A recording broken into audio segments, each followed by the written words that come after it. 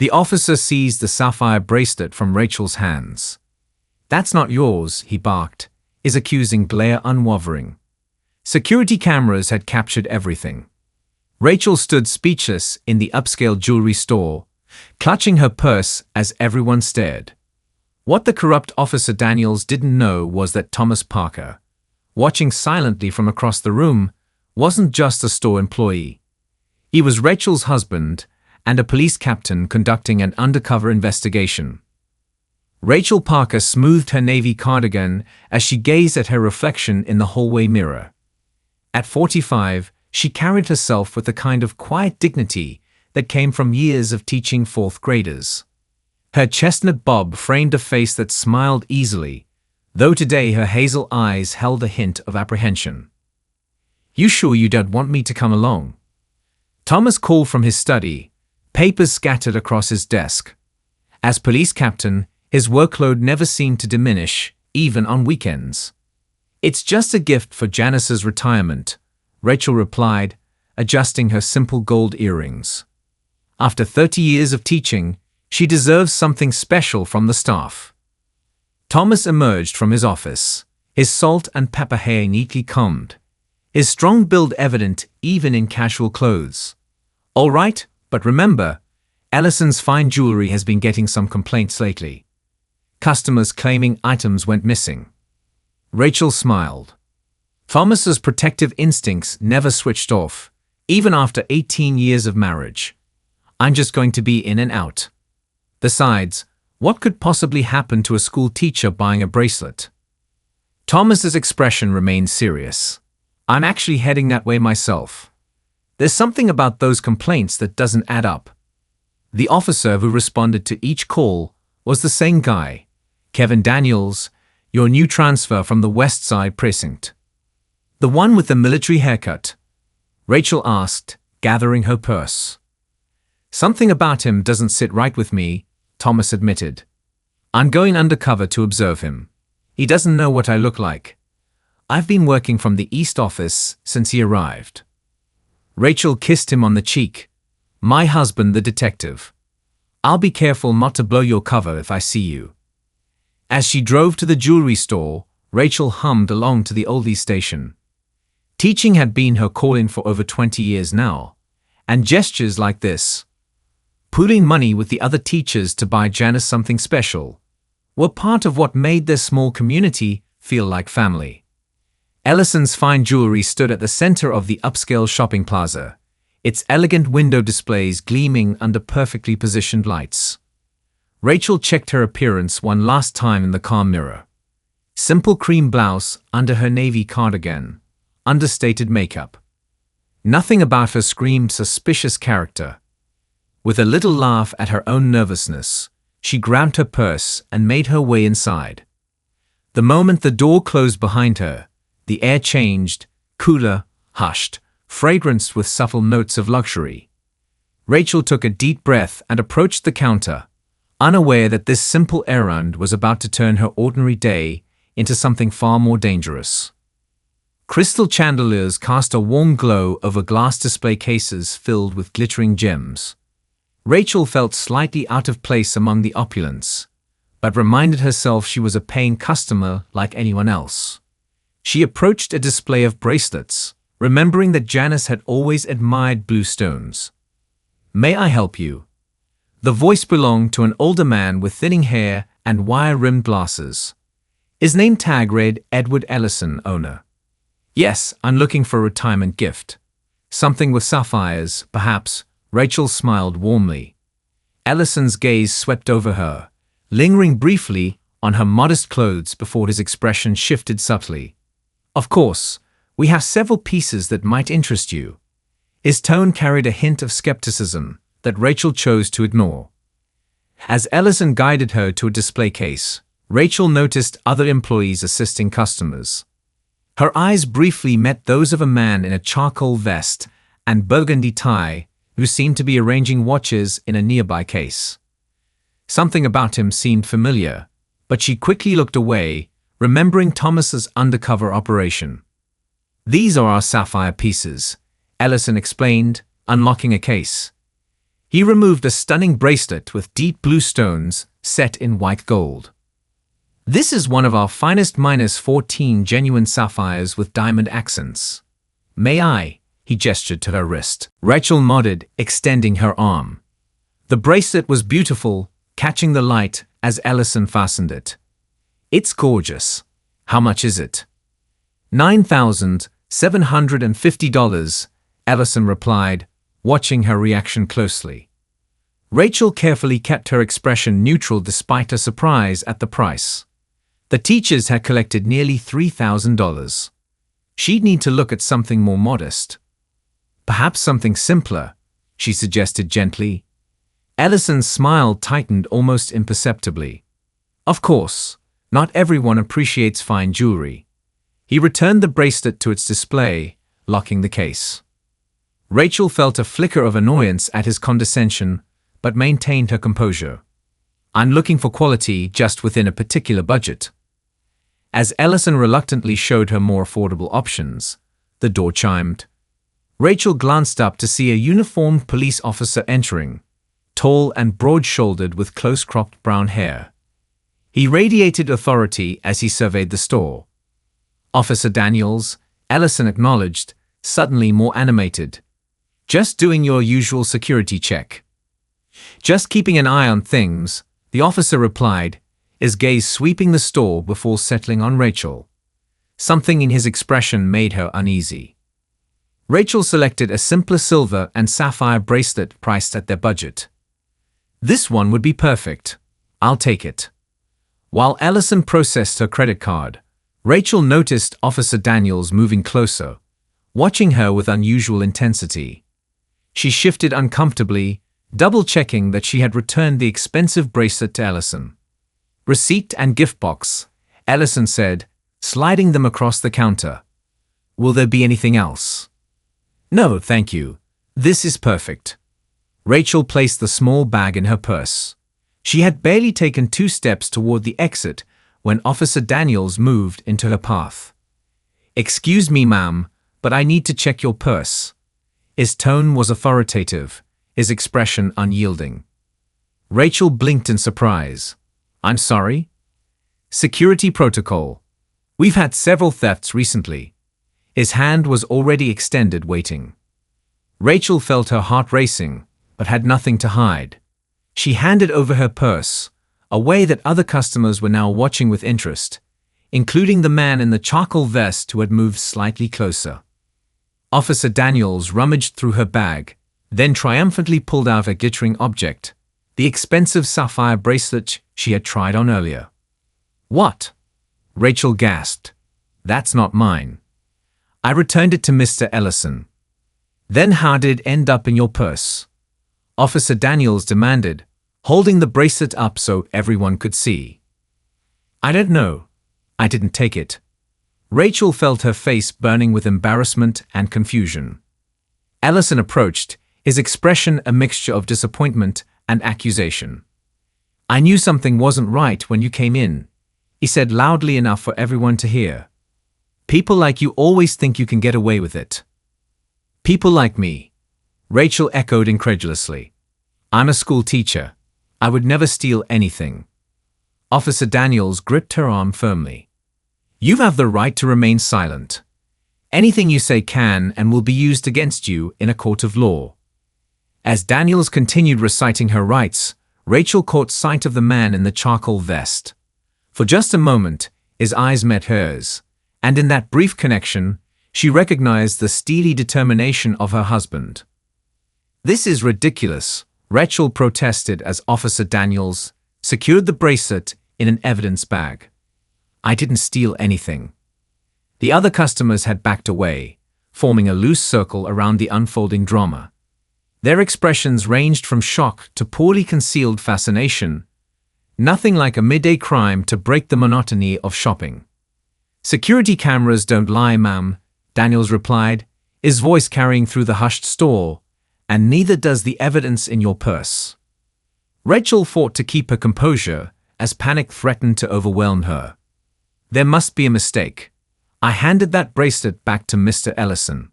Everyone saw me. Ellison shook his head slowly, The picture of regretful authority. "I'm afraid not. I showed you several pieces, but this particular one," he gestured to the bagged bracelet, "never made it back to the display case." Rachel's mind raced. She knew with absolute certainty she hadn't taken the bracelet, which meant only one thing. Someone had planted it in her purse. But who? And why? "I want to see the security footage," she demanded, straightening her shoulders. Years of maintaining order in a classroom of 9-year-olds had taught her something about projecting confidence even when shaken. Officer Daniels smirked. "That can be arranged at the station." He turned to Ellison. "Will you be pressing charges?" "Absolutely," Ellison replied without hesitation. "This is exactly what we discussed earlier about maintaining zero tolerance." The odd phrasing caught Rachel's attention. What had they discussed earlier? Before she could contemplate this further, Daniels was gripping her elbow, steering her toward the door. "Wait," she said, pulling back slightly.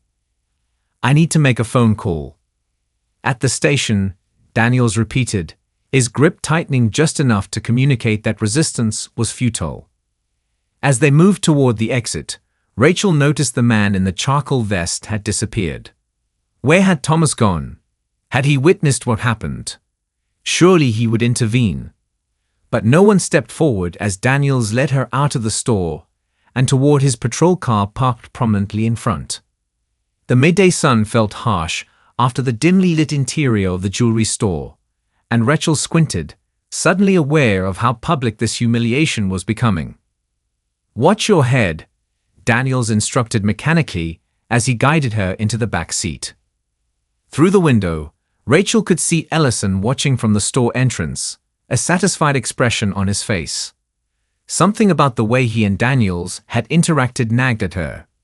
There was a familiarity there, a practiced rhythm to their exchange that suggested this wasn't their first time handling such a situation. As Daniels settled into the driver's seat, she caught his eyes in the rearview mirror. There was something there, not the righteous determination of an officer upholding the law, but something colder, calculating. "Officer Daniels," she began carefully, "is there anything I can say to convince you that I didn't steal that bracelet?" His eyes hardened. "Save it for the judge, lady. People like you are all the same, think you're entitled to take whatever you want." "People like me? What does that mean?" Rachel pressed, indignation temporarily overriding her fear. "Respectable types," he sneered, "acting all innocent while your hands are in the cookie jar." As the patrol car pulled away from the curb, Rachel fought back tears. How had a simple shopping trip turned into this nightmare? Where was Thomas? And most importantly, how was she going to prove her innocence when the evidence had been so neatly arranged against her? She didn't realize it yet, but the trap that had been set for her was about to spring shut on the trappers themselves. Thomas Parker had witnessed the entire scene from his position near the watch display. Years of police work had trained him to appear casual while missing nothing, and today those skills served him well. The moment Rachel had walked into the store, he'd felt a jolt of concern. This complicated things, but perhaps it would also provide the perfect opportunity. For weeks, he'd been tracking a pattern of suspicious theft reports at Ellison's fine jewelry. The same officer responding each time. The same owner filing reports. The same insurance claims being processed without question. And most tellingly, security footage that conveniently malfunctioned during critical moments. When Daniels led Rachel outside, Thomas moved swiftly, slipping into the back office. He accessed the security system, just as he'd done earlier that morning, when he had installed his own hidden cameras throughout the store. The official monitors showed exactly what he expected. Rachel appearing to pocket the bracelet, while Ellison was distracted. A perfect setup. But Thomas's hidden cameras told a different story. From an angle invisible to the store's security system, they had captured Ellison carefully sliding the bracelet into Rachel's open purse while directing her attention to another display. The footage also showed a brief nod exchanged between Ellison and Daniels just before the officer had approached Rachel. Thomas pulled out his phone and placed a call. Captain Parker here. Initiate Protocol 117. Target location is Ellison's fine jewelry. Suspects are in play. He paused, listening. Yes, there has been a development. They just framed my wife. Another pause. No, this is exactly what we needed. The evidence is clear now. Officer Daniels is taking her to the station. Have Martinez intercept before booking. I'll handle things here. Ending the call, Thomas accessed his tablet, downloading the footage from both the store's system and his hidden cameras. He had suspected Daniels was corrupt, but he'd needed irrefutable evidence.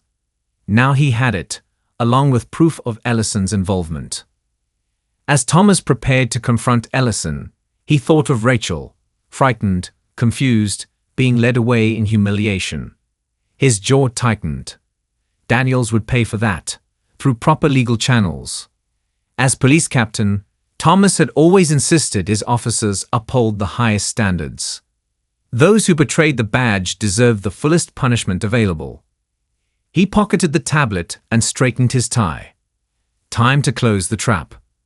In his 25 years of law enforcement, Thomas had learned that the most satisfying arrests were those where the criminals never saw justice coming until it was too late to escape. Rachel sat alone in the interview room, the stark fluorescent lighting highlighting the institutional gray walls. She'd refused to cry, refused to show weakness, but inside, her emotions churned between fear, anger, and confusion. How long had she been here? An hour. 2. The door swung open, and a tall woman with cropped silver hair entered, carrying a file folder. She wore a detective's badge clipped to her belt. Mrs. Parker, I'm Detective Ramirez. Her voice was professional but kind. I understand there's been some confusion today. Rachel's hopes rose cautiously. That's putting it mildly. I've been falsely accused of theft, but no one will listen to me. Ramirez sat down across from her. Actually, Mrs. Parker, I'm here to inform you that you're free to go. No charges will be filed against you. What? Rachel blinked in surprise. I don't understand. Officer Daniels was so certain. Officer Daniels has been relieved of duty, pending an investigation, Ramirez stated flatly. We have reason to believe he was involved in a criminal conspiracy with Edward Ellison. Before Rachel could process this information, the door opened again. Thomas walked in, still wearing the charcoal vest from the jewelry store, his face a mixture of concern and relief. Rachel, he said, moving quickly to her side. Are you all right? Thomas, what's happening? Rachel stood, accepting his embrace. Detective Ramirez cleared her throat. Captain Parker has been conducting an internal investigation into Officer Daniels for the past month. We had suspicions about a potential insurance fraud scheme involving Daniels and Ellison, but we needed concrete evidence. You knew. Rachel pulled back to look at her husband. You knew this might happen. Thomas's face was grave. I never imagined they would target you, Rachel. I was at the store to observe Daniel's routine when you walked in. He shook his head. It complicated things, but it also gave us the perfect opportunity to catch them in the act. Rachel slowly sank back into her chair as the pieces fell into place. The cameras you mentioned, complaints about missing items. Exactly. Thomas nodded to Ramirez, who slid a tablet across the table. Watch this. The screen showed split footage, the official security camera on one side, Thomas's hidden camera on the other. Rachel watched in disbelief as the official footage showed her apparently slipping the bracelet into her purse. But Thomas's camera revealed the truth. Ellison carefully placing the bracelet there while directing her attention elsewhere. We've had our eye on Daniels since he transferred in, Ramirez explained. Several complaints about his conduct had surfaced in his previous precinct, but nothing concrete enough for charges. When similar patterns started emerging here, Captain Parker decided to investigate personally. The scheme was elegant in its simplicity, Thomas continued. Ellison would identify a target, Usually someone who looked like they didn't belong in a high-end jewelry store. Someone like me, Rachel said quietly. Thomas nodded grimly. Ellison would plant an expensive piece on them. Daniels, who was conveniently always nearby, would discover the theft. They'd press charges, file insurance claims, but then the items would mysteriously reappear in inventory after the insurance paid out. They've done this before, Rachel asked, appalled. At least 9 times that we've confirmed, Ramirez replied. But previous victims were too intimidated or embarrassed to fight the charges effectively. Most accepted plea deals. So I was just convenient. Rachel struggled to process it all. You were supposed to be another statistic, Thomas said, his voice tight with controlled anger. Another case file, another insurance payout. But they made one critical mistake. They chose the wife of the police captain. Rachel finished, a hint of irony in her voice. They chose a woman who was innocent. Thomas corrected her gently. The fact that you're my wife just meant I could ensure justice moved swiftly. Ramirez stood. Mrs. Parker, we'll need a formal statement from you, but that can wait until tomorrow. Right now, I imagine you'd like to go home. As they prepared to leave, Rachel paused. What happened to Officer Daniels and Mr. Ellison? They're both in custody, Ramirez answered. When Daniels brought you in, he walked right into our trap. As for Ellison, Captain Parker personally placed him under arrest at the store. The evidence is overwhelming. Outside the station, the late afternoon sun cast long shadows across the parking lot. Rachel took a deep breath of fresh air, letting the reality of her ordeal and her vindication sink in. I'm sorry you got caught in the middle of this, Thomas said, his arm around her shoulders. Rachel looked up at him, her composure fully regained. Don't be. I'm not just the police captain's wife, remember. I'm also the woman who helps take down corrupt officers. 2 weeks later, Rachel stood before her 4th grade class, explaining the importance of honesty as part of their character education curriculum. The irony wasn't lost on her. How her own experience had become a powerful teaching tool. The aftermath of the jewelry store incident had been swift and public. Local news had covered the arrests of Officer Daniels and Edward Ellison, highlighting the courage of the everyday citizen who helped expose their scheme. Thomas had ensured Rachel's name was kept out of the reports, protecting her privacy while still allowing the truth to come to light. The investigation had uncovered 9 previous victims, ordinary people who had been falsely accused, pressured into settlements, and left with criminal records for crimes they never committed. Now those records were being expunged, reputations restored by the same justice system that had failed them initially. As for Rachel, she had emerged from the experience with renewed appreciation for her husband's work and a deeper understanding of how privilege and power could be wielded for good or for ill. Mrs. Parker. A small voice pulled her from her thoughts. Do bad people always get caught? Rachel considered the question carefully.